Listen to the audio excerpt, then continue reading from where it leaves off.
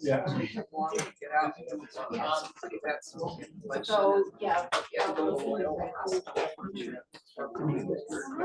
Yeah, house is a total loss. We're all set.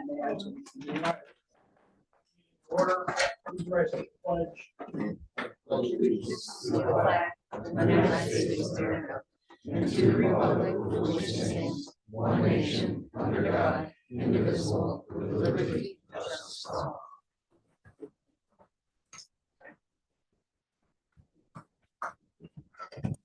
Morning, everyone. This is the regular scheduled Board of Public Works and Safety meeting for Wednesday, December 3rd. I got a roll call of members, please. Mayor Land, Here. Betsy Barnes, Bob Clemens, Here. Jim Crook, here, and Billy Gomez, Present. for president. Okay, thank you, David. We do have a quorum this morning. First on the agenda is the approval of the minutes of the prior meeting, which was held on Wednesday, November 19th. Motion to approve the minutes and a second. Any further discussion on the motion? Hearing none, all in favor signify with an aye. Aye. Opposed? Passes. Addition of new items, we do not have any new ones to add. Jumping down under presentation. So every year, the city is one of the communities across the United States that participates in the Reach Across America. And we could not do this on our own. We have a great partnership with the Daughters of the American Revolution, who have been longstanding and very good partners with the city and the community. So we kind of joint hosted. And I like to do a proclamation every year to represent and recognize the Reach Across America. So I know we have some members of that great organization in the audience. If you guys can come up, if you'd be willing.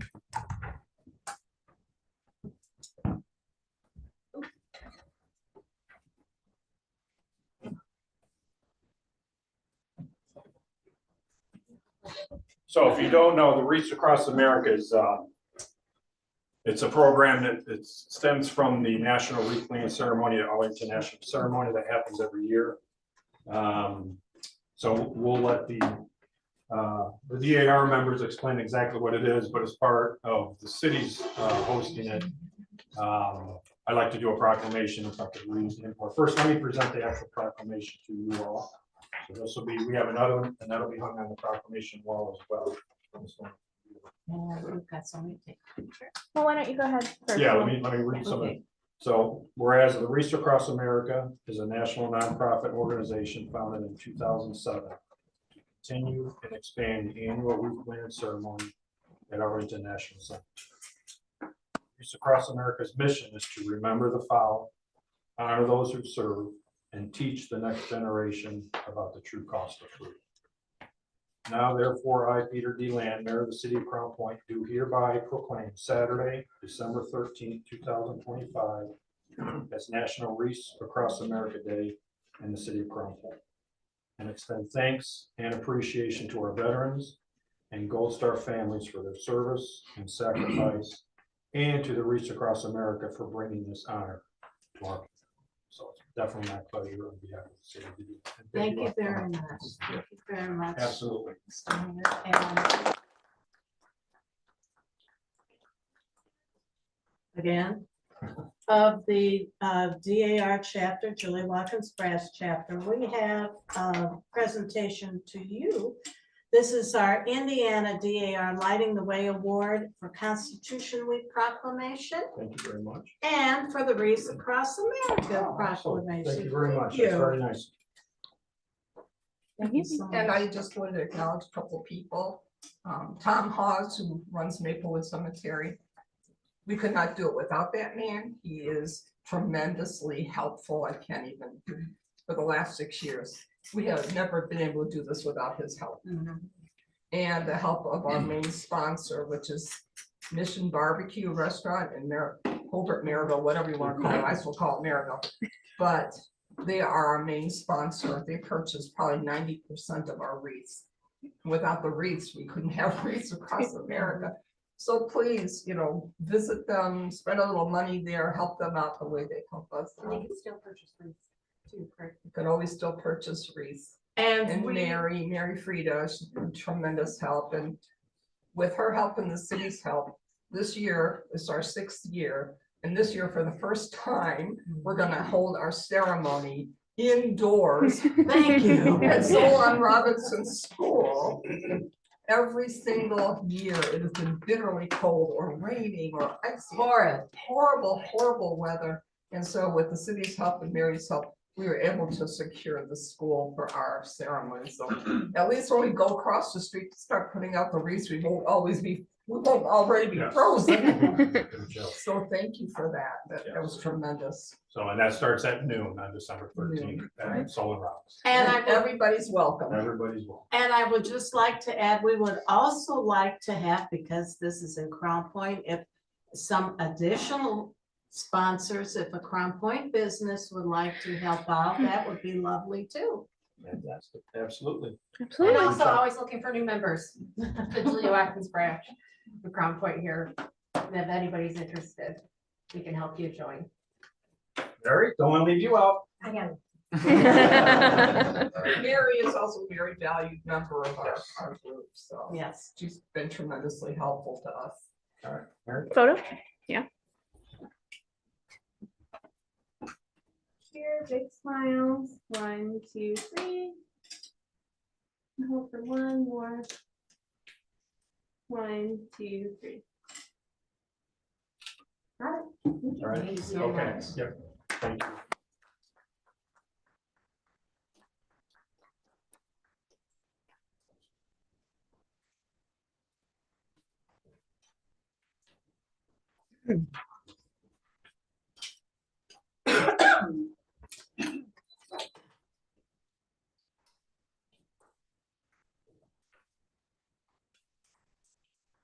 Okay, moving on, number 1 under old and deferred business, our utility.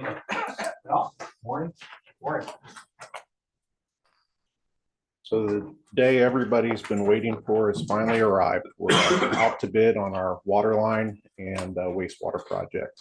So our 24-inch water line project that has been advertised. We actually have a pre-bid meeting later today with interested contractors.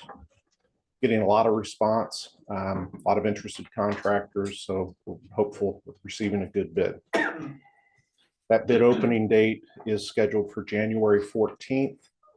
That's been coordinated with the State Revolving Loan Fund, city and the engineer and your rate consultant, bond counsel all had a phone conversation with SRF to identify closing dates. They've set the closing date for March 31st.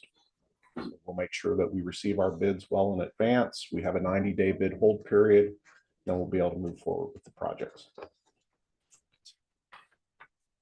Your lead service line replacement project, we've completed all the contractual work, have funds remaining. So we're awarding the 2 additional mandatory alternate additive line items. And most likely we'll be adding work from there as well. So in front of you today, you have a change order. It's a net credit to the contract of $109,200. This is primarily due to quantity adjustments, basically eliminating the quantities that we didn't spend in the previous phases and adding quantities for the 2 mandatory alternate phases. We're encountering about a 30% hit rate as far as the homes that are inspected with respect to lead service line replacements. So even though we are showing on paper that we're well within contractual funds, I expect to have extra money and we'll add additional areas from there. So I'd like to request your permission for the mayor to sign change order number 1. It's a net contract credit of $109,200, and it adds 63 additional days to the contract. Thanks, Al. Bring this to the board for questions of Al or action. Have a motion to approve change order number 1, the credit, and a second. A second. And a second. Any further discussion on the motion? Hearing none, all in favor signify with an aye. Aye. Opposed? Motion passes. Okay, thank you. We also have 2 SRF disbursements to present on this project. One is for engineering, construction engineering inspection invoices in the amount of $29,716. These are within our contractual funds afforded. It's SRF disbursement number 15, and I'm requesting your permission to have the mayor sign that disbursement request form. Now bring this to the board then. Someone there. Motion to approve the SRF disbursement in a second. I'll second. In a second. Any further discussion on the motion? Hearing none, all in favor, signify with an eye. Aye. Opposed? Motion passes. Second SRF disbursement is SRF disbursement number 16. This is payment to the contractor. Their partial payment application is in the amount of $342,249.38, with a corresponding payment to the retainage account of $18,013.13. So I'd like to request your permission for the mayor to sign SRF disbursement 16. Thank you, Al. And we'll bring this one to the board as well. Good move, Mayor. Motion to approve SRF disbursement 16. And a second. I'll second it. And a second. Any further discussion on the motion? Hearing none, all in favor, signify with an eye. Aye. Aye. Opposed? Passes. Thank you. This brings us to a little less than half funds spent on construction. So we'll be moving forward. Okay. On your upcoming project in 2026 for lead service line, again, this is for the grant that was awarded to us. We had started out with about 2,600 homes on your lead service line inventory that we were going to inspect. We eliminated the homes that have already been contacted 4 times. That list has diminished. It's down to 1,831. So we'll provide the list of those that have been contacted and we're excluding from future efforts to the city in case anyone calls. And we'll be moving forward with the 1,831 inspections to get a project together for summer of 2026. And those are just homes identified because they fall within the parameters of the years built and so forth. That's right. Just as a reminder, it's because it does create a lot of concern amongst the residents. There was a qualitative approach to identifying homes that could potentially be impacted by lead. It has to do with the date of construction and any type of records. So that's why about a third of these homes are dropping off, because the date of construction, if it's before 1984, they utilize lead. Could have utilized it, maybe didn't. So just because you're on the list doesn't mean you have lead in your lines. Okay. Division A on your treatment plant project. That's the phase 1 project. There's nothing to report. We started up that project. Our downtown interceptor project, we're all steam ahead with respect to that project. They've been working on the bore across Main Street from the treatment plant. They put in the temporary road. They put up road closure signs so that we can perform our reroute. We expect the bore to be completed within 30 days. They'll also be pretty active along that phase 1 route. And I'll be sure to provide you after first of the year schedule update to amend that graphical schedule that I provided on phases. They don't expect to mobilize a second crew though till next year. Okay. We do have 2 SRF applications for payment. The first is Atlas Pay application number 4, disbursement number 4. And it's partial payment to the contractor in the amount of $544,290.76, and payment to retainage account of $28,646.88. And that is for the wastewater loan. Thanks, Al. I'll bring those into the board for action or questions. I'll second. A motion to approve disbursement number 4 in a second. Any further discussion on the motion? Hearing none, all in favor signify with an aye. Aye. Opposed? Motion passes. Bob, your vote? Bob? Yes. Okay, got it. Second application, same contractor. We have two loans. We have a wastewater loan and a water loan as SRF required for water line relocates. So the component of the work that was related to the water utility is through disbursement number 14, same partial payment application. Payment to contractor in the amount of $132,707.59. And corresponding payment to a retainage account of $6,984.61. I'd like to request your permission for the mayor to sign disbursement number 14 for the drinking water loan. Bring this to the board. A motion to approve disbursement number 4. 1 second. Is it 414? 14 is the drinking water. The motion to approve and a second. Any further discussion on the motion? Hearing none, all in favor signify with an aye. Aye. Opposed? Motion passes. Final disbursement request on this project is SRF disbursement number 15 in the amount of $449,240. These are for engineering and inspection efforts to date. Activities associated with the engineering is pretty heavy in the first couple months with the shop drawings and things of that nature. So you should see that number diminish over time, but it's still within our contractual allowance. Request permission for mayor to execute SRF disbursement number 15 in the amount of $445,240. Thanks, Al. And we'll bring this to the board. Good move, Mayor. Okay. A motion to approve. Second.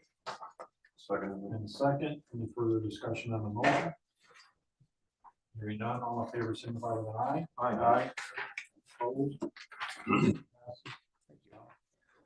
As I mentioned earlier, we are out to bid with our Southeast Wastewater Treatment Plant project. The advertisement was provided to engineering last week. Publication sent to the paper and anticipate the first date of publication to be this Friday. We'll have 2 consecutive publications, 7 days apart, and on December 17th at 1 o'clock in this room, we'll have our pre-bid meeting. Bid opening date is February 3rd. So we're providing contractors maximum allowable time to submit their bids. Any questions on your treatment plant project? No. Will that bid opening be at the Board of Works then? Bid opening typically is at the date of the bid opening, then the engineer takes it back, puts together an engineer's recommendation letter, coordinates with the attorney and makes recommendation to the council. I just want to make sure I put it on the Board of Works if I needed to. Okay, Thank you. sure. Collection system improvements. We are working to finalize that design. So that's still in process. Again, that's our 4th and final phase of work with respect to our long-term control plan and these treatment facility projects that should go out to bid in the summer of 2026. Any questions regarding water sewer utilities? Thank you, Al. Thank you. Number 1 in our new business, adoption of stormwater technical standards manual. Yeah, thank you. So, engineering department, along with Bruce Sherry here from Christopher Burke Engineering, has been updating our stormwater standards. So we have an ordinance on stormwater standards, but then there's a technical manual on stormwater standards. So the ordinance has been updated as of the recent council meeting. Luke and our engineers have worked on updating the technical standards. So those technical standards have been provided to you here today. Luke can touch on why we did it and what we did. Hi. Good morning. As Alex mentioned, we've been working with city staff for several months on updates to the stormwater ordinance and then also the companion document, which is the technical standards manual. kind of the finer, well, exactly the technical details of all of our stormwater rules and regulations. Really, the driving factor here was IDEM back in 2021. They changed some of their MS4 permitting. It used to be, at least in terms of the soil erosion sediment control, used to be called Rule 5. That got changed over to CSGP, or Construction Stormwater General Permit. So administratively, some things changed with the state permitting. The ordinance updates, and then the technical standards manual updates, by and large, were more kind of the paperwork aspect, just to make sure that the city permitting process and the IDEM permitting process sort of coexist. Obviously, not every development in town needs an IDEM permit. It's only for developments 1 acre and larger.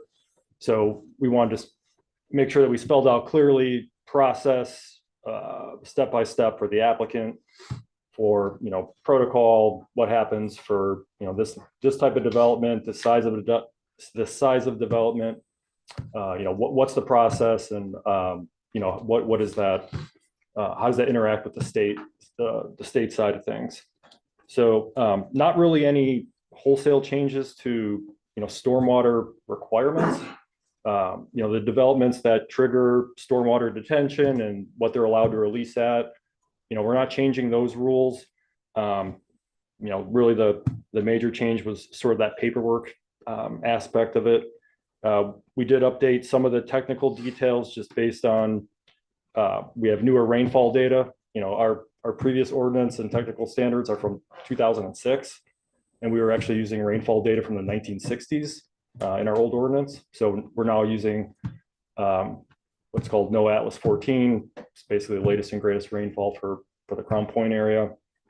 So we made some technical updates, such as that one. That's probably the biggest one, is the rainfall. Other than that, there's been tweaks to details and things across the board, just based on in the last 20 years, our own lessons learned and latest and greatest requirements.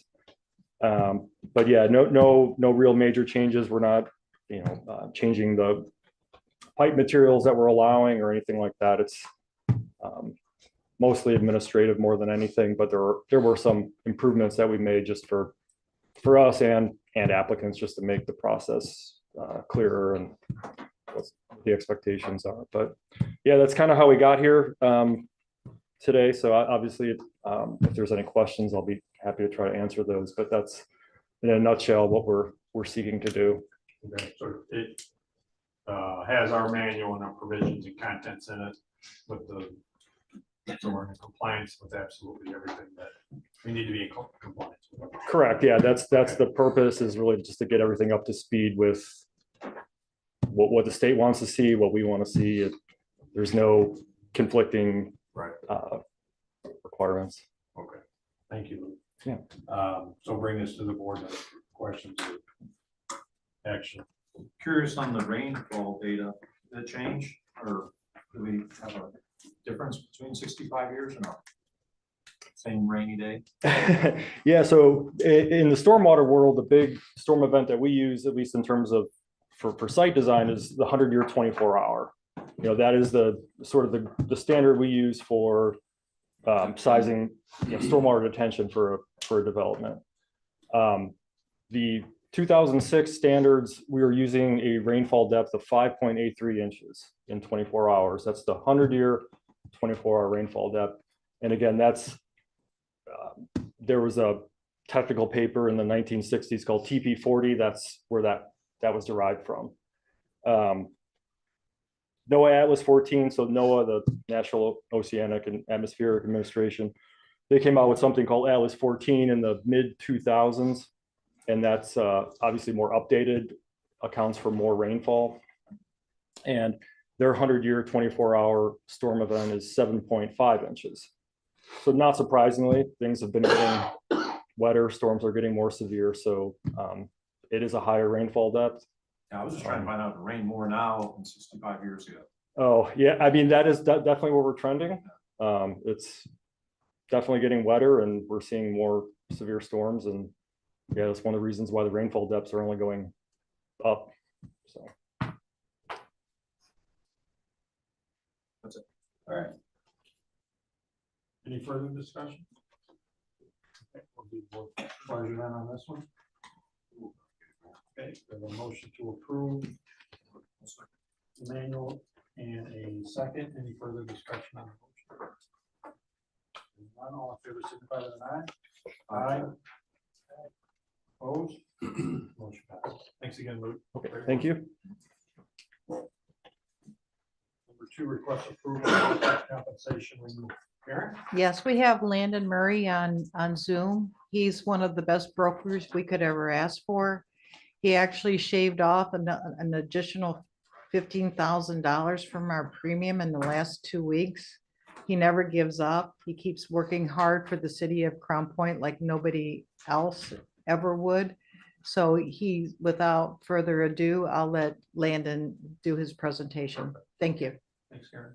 Thank you, Karen. Appreciate those kind words. And good morning, everybody. Landon Murray at Foundation Risk Partners. We handle all the property and casualty insurance for the city of Crown Point. We're here to propose the December 15th, 2025 to December 15th, 2026 workers' compensation renewal. Today, it'll just be myself, Landon Murray, presenting. So the handout that was given to you will coincide with all the PowerPoint slides that we'll go through. Can you all see my screen okay, just to start out? Yeah. Okay, perfect.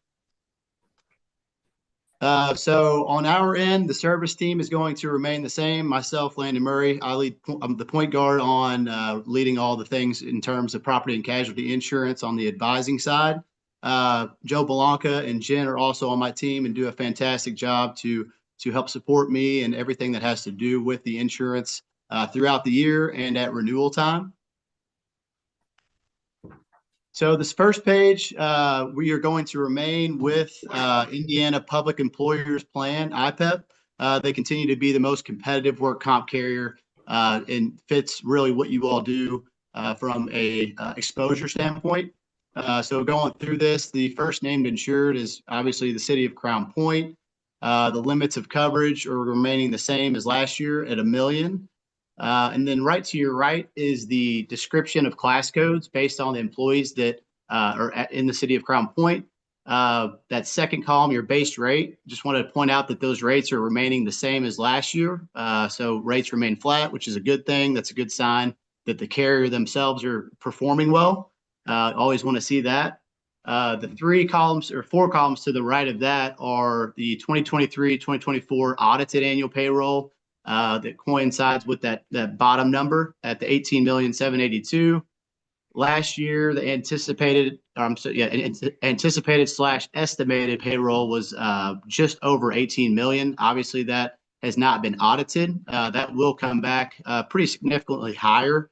But over the past couple of years, Karen, Katie, and myself have been working to kind of stair step that payroll up to get it where it needs to be so that the audits aren't as large at the end of the year. So we're getting a more true number at renewal.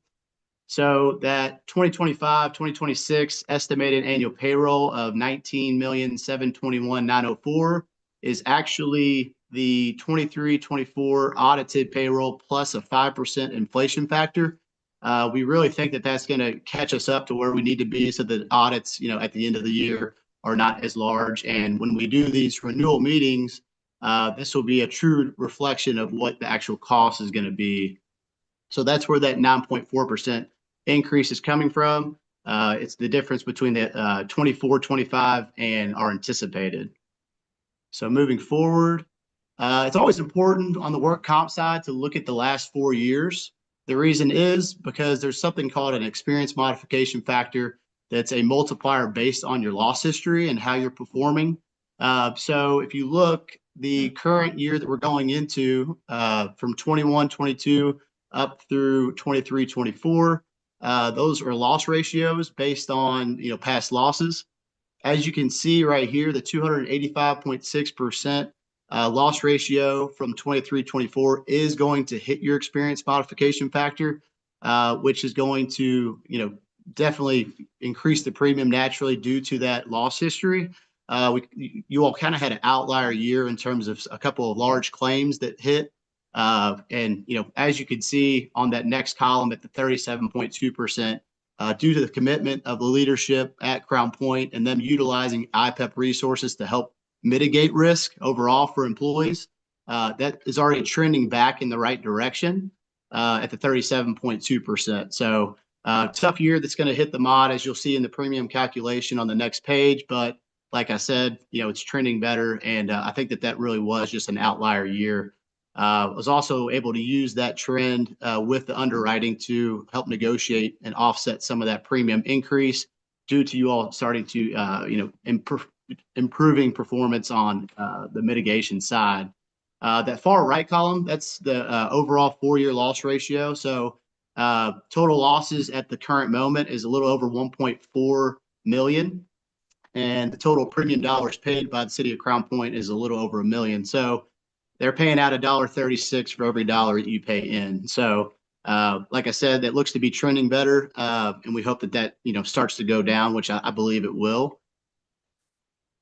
The premium calculation page. So that experience modification factor that I'm discussing that's relevant to that loss history I just discussed last year was at a 0.96.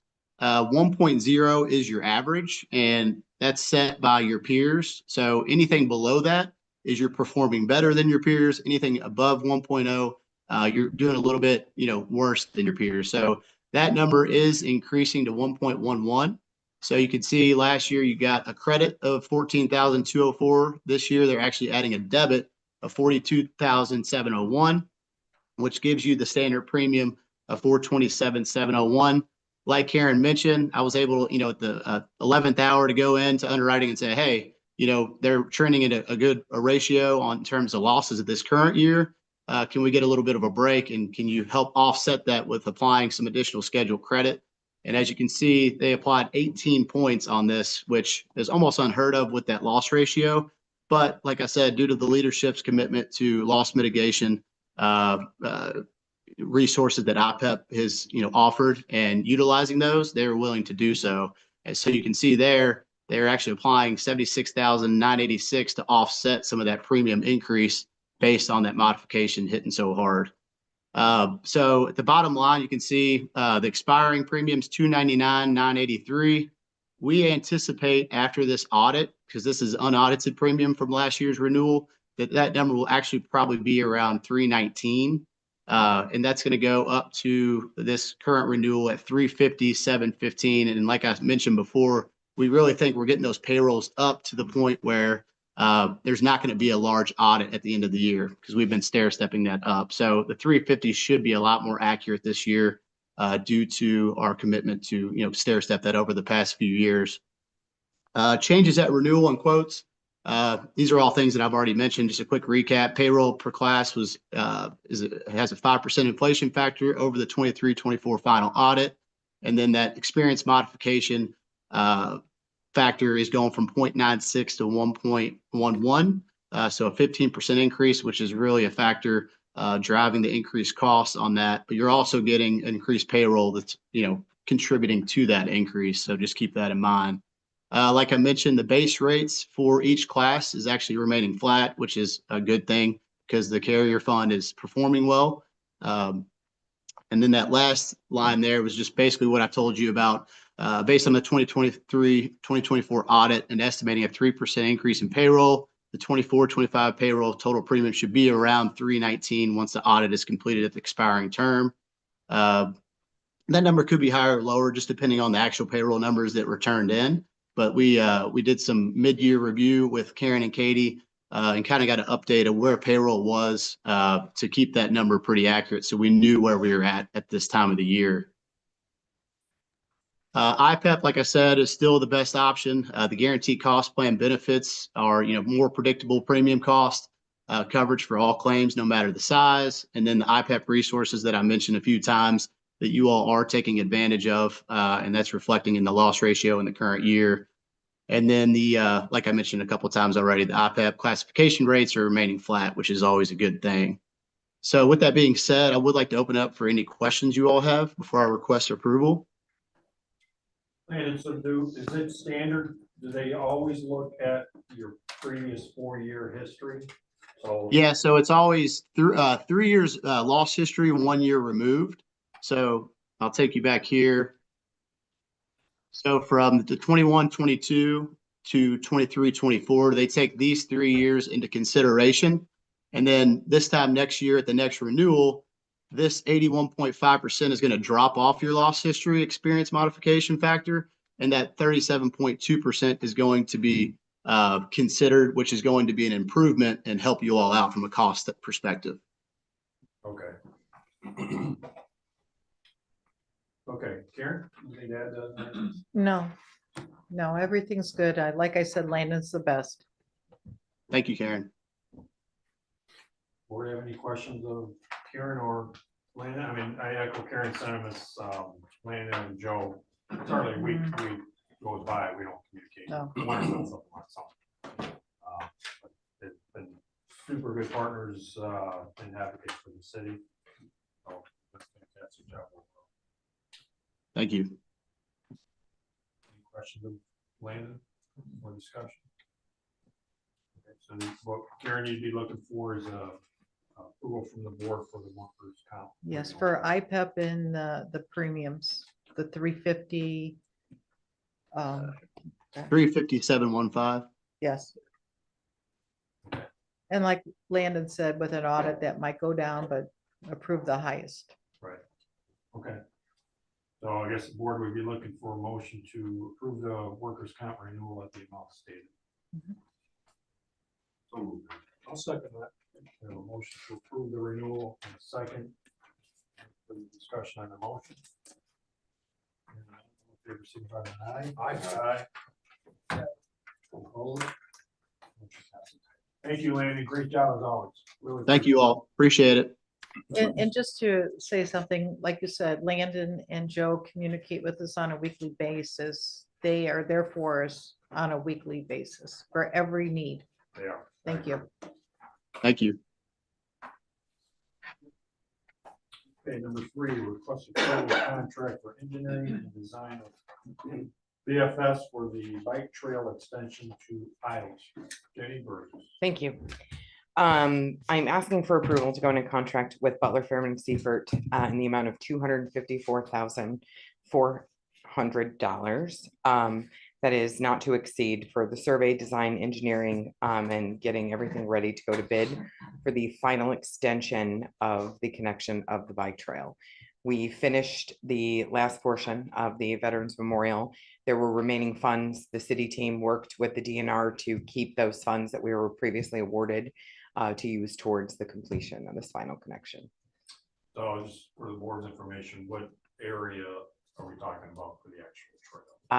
From the hotel on 109th, it'll cut through, go underneath 65 and end up following through to Iowa Street underneath the tunnel. Far east, It'll limits, and then Yep. neighbors to the east. Yeah, connecting those final 3 neighborhoods back there to get to the Broadway corridor completely. They all connected east of Broadway. And as Jenny said, this is actually ours, but this is not part of the Veteran Memorial Trail. That's been completed. This is Correct. just our efforts to further complete our trail.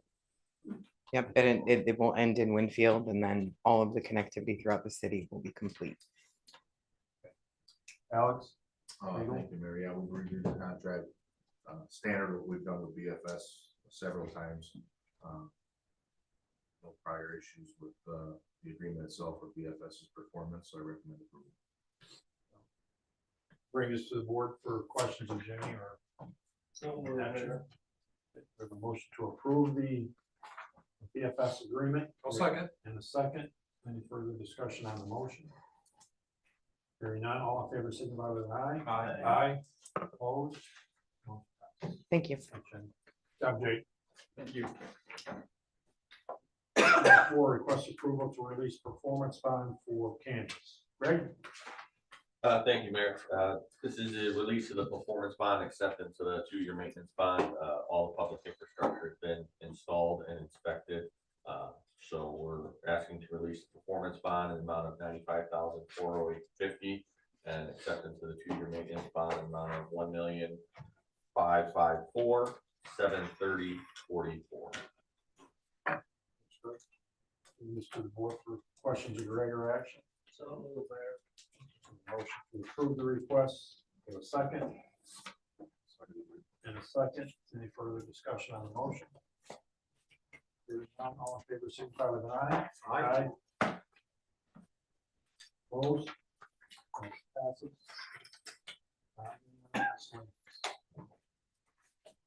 Our next regular scheduled meeting will be Wednesday, December 17th at 11 a.m. And we need a motion to adjourn. Motion. Second. Second. Hearing none, all in favor, signify with an eye. Aye.